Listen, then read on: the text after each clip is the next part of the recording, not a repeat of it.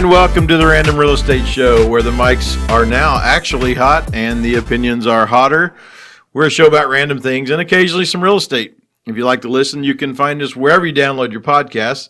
And if you like to watch, you can find us on Facebook or YouTube under Houston's Home Connection Team. And if you want to participate, you can always email us at just ask@houstonshomeconnection.com or leave us a comment. We'll always talk about it the next week if you say something.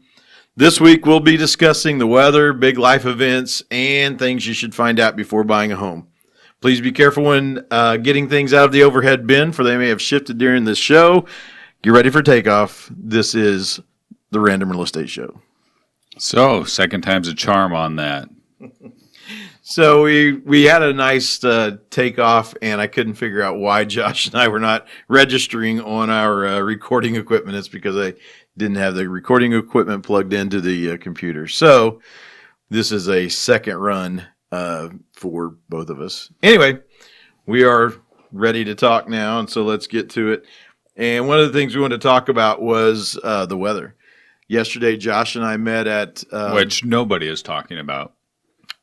Yeah, I'm sure they're not. But this is, at whatever point in time you watch this, just understand that yesterday, Josh and I were at a new community on Lake Houston, and we were looking at some new build homes that we may get the opportunity to do some marketing on. And I was in like this short sleeve Hawaiian style button-up shirt. And Josh was in I think he had a short sleeve shirt. It was in the 70s, I guess is where I'm headed with this. Mm-hmm. So we were both standing there at weather in the 70s, and this morning it was 38 degrees. Yeah, it flipped on a dime yesterday from, I don't know, what do you say, 4-ish, somewhere in there? Around, yeah, I think 4:30. My son gets off the bus around 4:30, and I went to pick him up, and I looked at my weather station monitor. It said 74 when I was walking out. I knew it was coming. I was just curious, like how fast is it going to drop? It said 74 when I walked out the door. I picked him up because the rain was just moving in. We get home 5 minutes later at the most, 56 degrees. Yeah, and I got told that I had to get gas in my daughter's car, and I kind of pushed that off. Well, 9:30 rolls around. I'm like, oh crap! I got to go get gas in the car, and that is not what you want to do. I'm not a late night guy, so 10:30 was. Well, late night cold and day cold are different too. Like like that. Like, listen, there's probably nothing I hate more than actually having to get out and pump gas in the cold. Because it just feels like you're just standing out there, and it's just that wind is biting into you. I can do a lot of stuff in the cold. I just hate that. I saw a funny meme this morning on social media where this guy was pumping gas, but he was doing it. He had his whole car closed up except he had the back window down. He was out his back window pumping gas. I saw that. That was pretty good. I saw that. Well, it's not that cold. I could manage. But man, alive! It woke me back up at 9:30 at night. Well, I mean, here's the thing. You and I are both come from further north than Houston. Growing up, you Iowa and me in Oklahoma, and it can get cold in both those places. And I remember my first winter here in 2010. I think other than work, I never put on long pants. I mean, I wore short pants here. Yeah, here. Like, to me, I'm like, what is wrong with you people? Like, how come you're so cold? Now, you get down the 50s, and I'm pulling out pretty much the warm clothing. I mean, it's, my blood is thinned. There's no doubt about it. I know if anybody from up north actually listens to this podcast and we're sitting here whining about the weather, we'll eventually get crap for it because they're, I think, in the teens, and they had a big snow. But there's just days where I can't believe I did it for so long up there, and negatives and, always starting your car and getting the snow off. And I'll take this because anytime up north, we would have been glad to have a 40-degree sunny day, which it is today. But I think the kicker yesterday was how quick it came in and the wind that came along with it. Yeah. I've been in several instances. I remember I was working in the paper mill back in the day, and we were out. I worked outside, and we were out on this conveyor belt. And I remember being out there with a guy, we had wrenches and we're working on this thing, and the wind shifted directions. I just remember, it's just one of these deals where it's like it was blowing one way and then it turned around and immediately blew the other way. And it went from like warm wind one way to holy cow, I'm freezing. Yeah. Just like that. And we're out there. We had a long walk back to anything. And I don't think anybody had dressed that day for cause. It didn't matter. There's nothing to go get. It's like, well, so we just stood out there and got it done. But it's weird that's why I was watching it. It's just odd to watch just how fast, that it just drops. You know what I mean? It's a crazy feeling, but kind of cool. Cool how nature works. Oh man, Mother Nature that's a real wild thing. Weather is wild to me. It just that quick. Yeah. That quick. So we're actually doing this a day early. We've tried a live version. We're going to get around to it. We'll get it all set up, and we'll be doing some of this Facebook Live where that way people can participate. But today we're a day early than we normally would record this because Josh has a really cool big life event tomorrow. Yeah. So my daughter, my oldest daughter, gets to sign her NLI, and that is National Letter of Intent, and that's for D1 athletes for. Oh, let me take a look. It's for certain sports. There's also a later date, which happens in March, but this one is for football. Could be some basketball. Hers is for lacrosse. So she'll be signing her national letter of intent with a big ceremony at her school, the Kincaid School.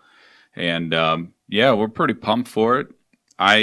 When I was her age, that was my goal, to play college athletics, especially at a D1 level. And, I was graced with mediocre, average athletic talent. So that didn't turn out as well for me, but I think this is probably, I'm more proud to have seen this for my child than any time for myself. So yeah, we're pretty pumped. Tom has agreed to come down and film for us, so we're excited about that. I'm actually honored that you asked. I think it's going to be cool, Yeah, it's a cool thing. Her school, actually, so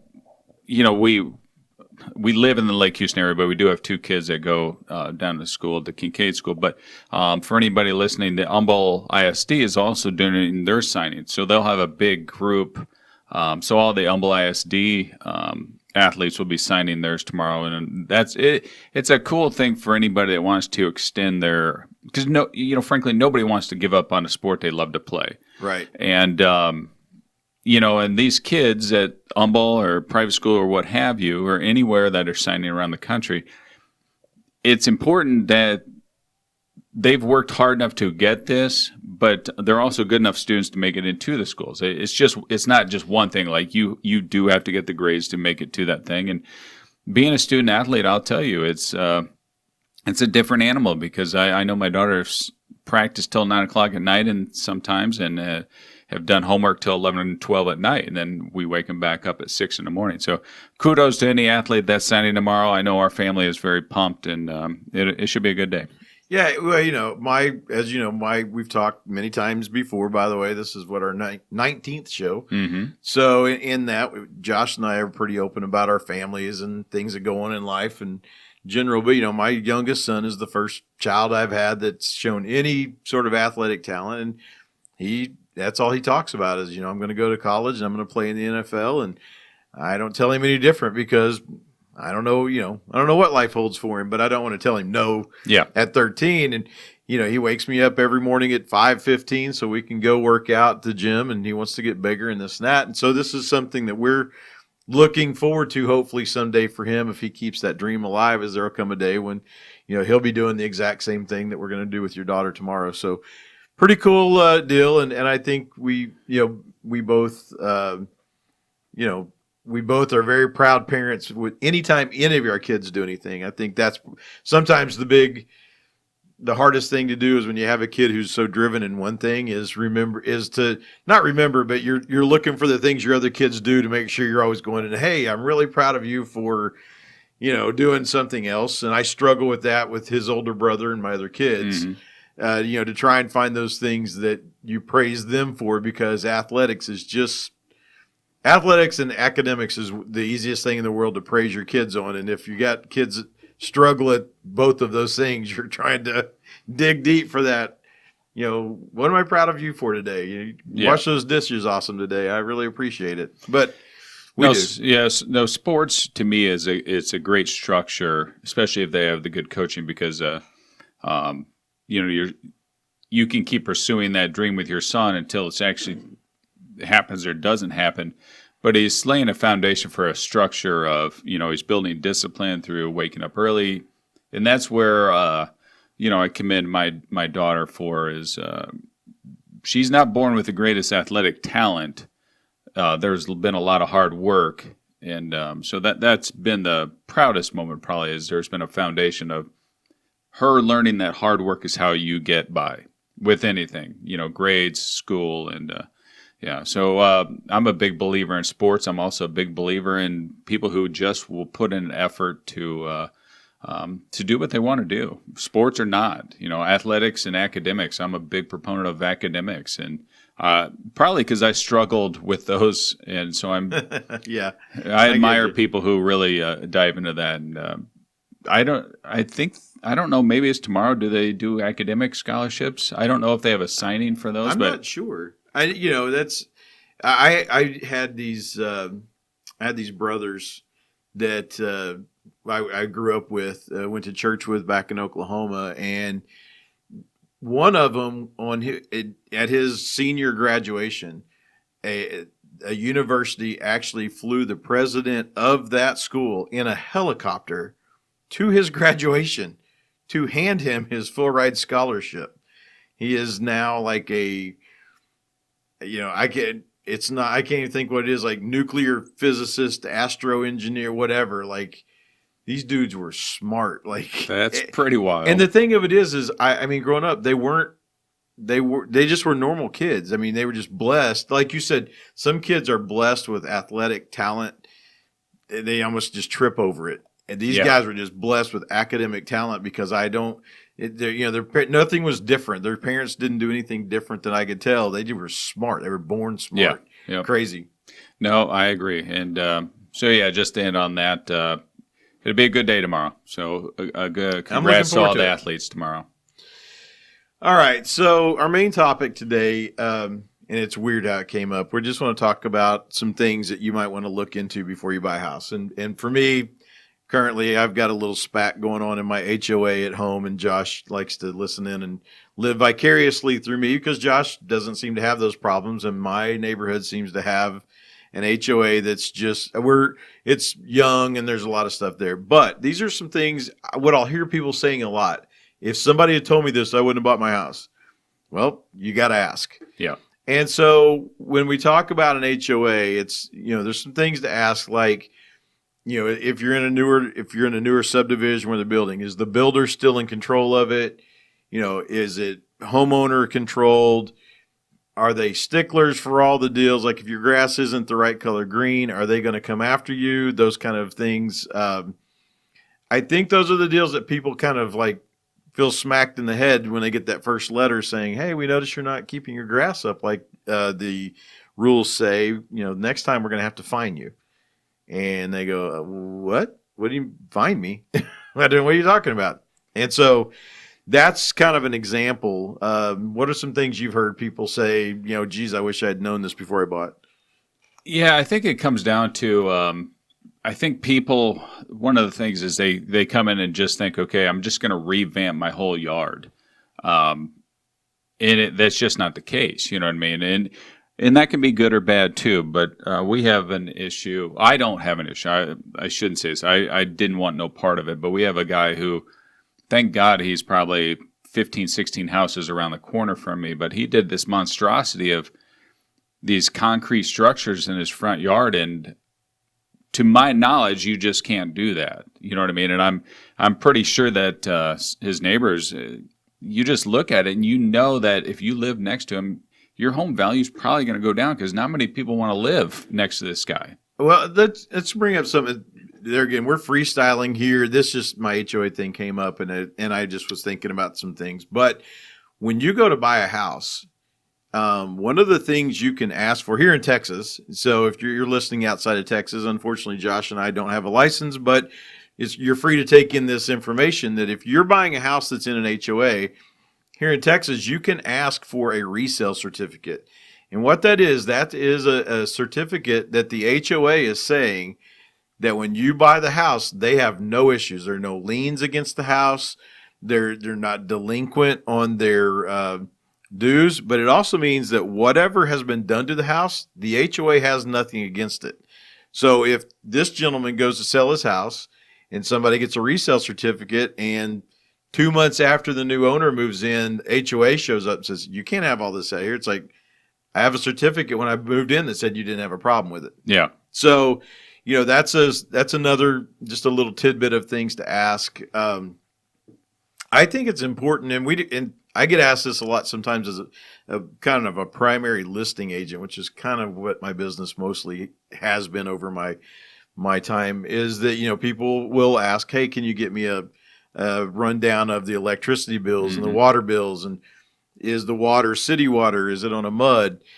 Most people don't think about that until they move in, and then all of a sudden the bills show up, and they're like, "Oh shoot! I wish I had known this." So I think it's important to look at those energy bills and where those are being paid to and coming from. Well, yeah, and maybe that's more part of the homeowner, but so they say 70% of all HOAs are underfunded. And don't quote me on this, but I believe you said that since you guys had went through revitalization in your neighborhood currently, that you guys now have no capitalization fund left. So what that means is that to rack up a new cap fee, is what we say, is the HOA could very easily spring assessments on you guys to raise the HOA. Yep, special assessments are the biggest thing you're afraid of. So finding out just how solvent, if you will, an HOA is one of those really, I mean, it's hard to find out. Sometimes you're going to have to go deep beyond, like, hey, I'm going to have to ask a neighbor. Yeah. It's not one of those readily available things per se. And don't get me wrong, I'm not saying that, moving into an HOA that's kind of not the best is the end of the world. Some people act like it is. It's just, so many people talk about something like, had I known this, we'd have bought in a different neighborhood. And then sometimes I'm like, well, good luck, because welcome to their problems.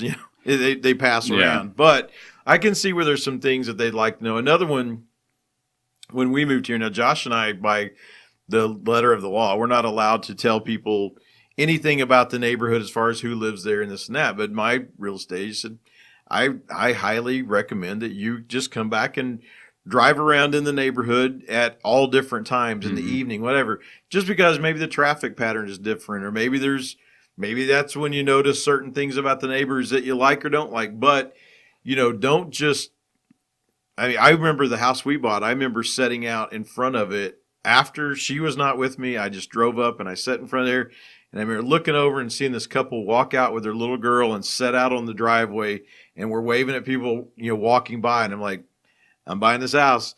But, so I went back, and it was not about the house. I also kind of wanted to know who am I moving it next to? Yeah. So, I think that's another kind of an easy thing people to do, but it's a little thing to find out something that's not read. You can't read it on the MLS, and your agent can't really, by law, literally can't tell you about. Yeah. Just to backtrack on the guy I was telling you about, if it's not really involving me, then I don't want any part of it, because there's enough negativity. I don't need to throw that on. But I am questioning my HOA's ability now, because this guy's been working on it for 6 months. This is a front yard project that encompasses the whole front yard. There's no hiding it. There's no nothing.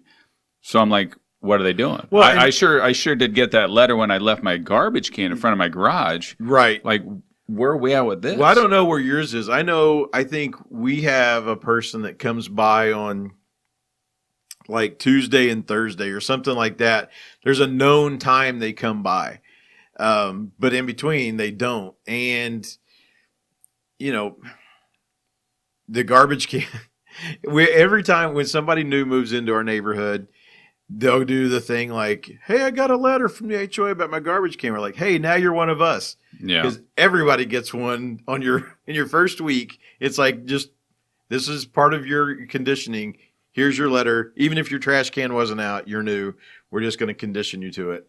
And we laugh about it. But I remember there was some people around the way that were doing, like, they were adding onto their porch. Like, they were building a porch. They didn't have one, so they were going to build one.